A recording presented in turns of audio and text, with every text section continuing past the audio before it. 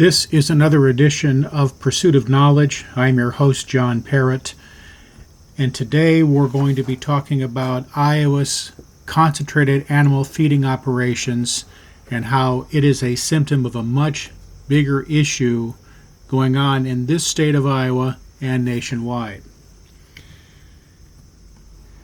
The July 16th, 2026 Des Moines Register story, Iowa has more CAFOs than state data shows, states that the Environmental Working Group report shows Iowa to have 13% more large concentrated animal feeding operations, or CAFOs, than it did 6 years ago. The report, which includes smaller operations not counted by the state, shows Iowa to have over 15,300 CAFOs. To put that in context, the number 2 state, Minnesota, has approximately 1,400 CAFOs. The growing number of CAFOs in Iowa is a symptom of a much larger societal issue: the concentration of wealth in fewer and fewer hands.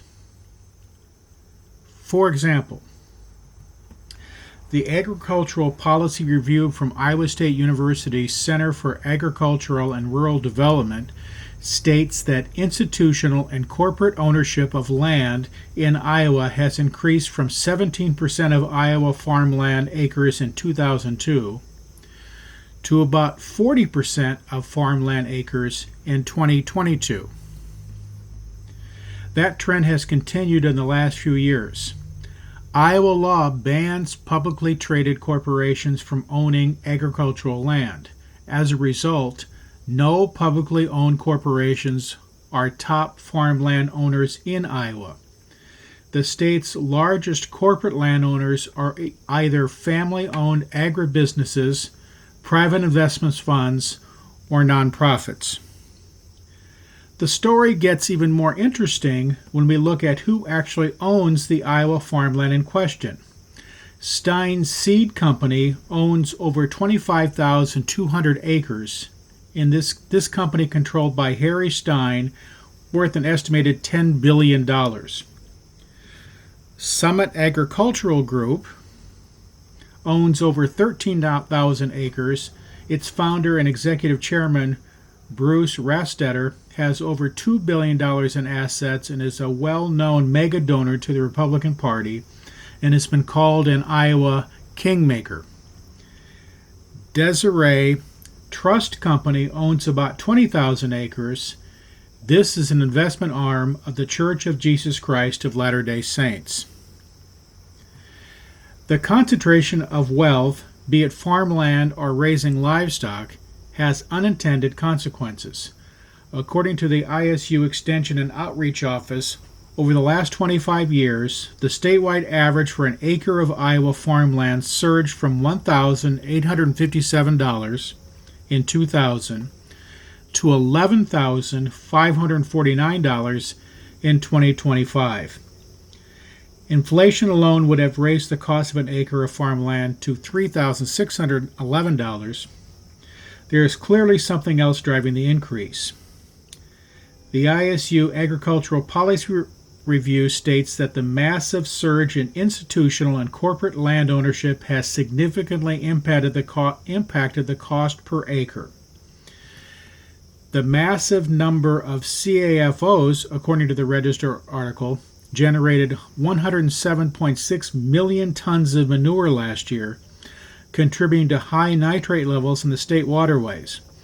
According to the National Institutes of Health, drinking high levels of nitrates in your water increases your risk of colorectal, bladder, thyroid, and kidney cancers.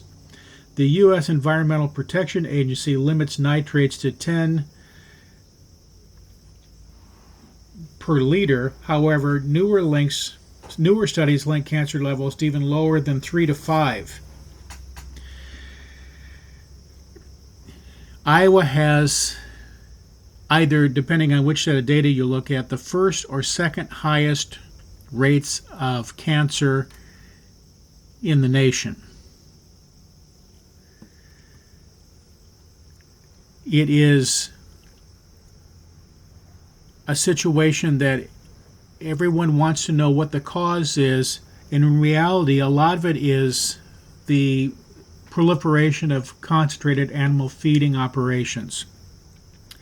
And this idea that we like to talk about nostalgically of the Iowa farmer or any small farmers is really just a figment of our imagination, as more and more land is being bought by large, albeit private corporations, and then that land is rented out. These aren't farmers working their land. These are tenants renting farms to work on. The concentration of wealth has unintended consequences that must be paid. The default payer has traditionally been the have-nots, and as the wealth gap continues to grow, more and more of us will find ourselves as part of that group. If you found this video helpful, please like and subscribe. It'll help post more videos for the benefit of all.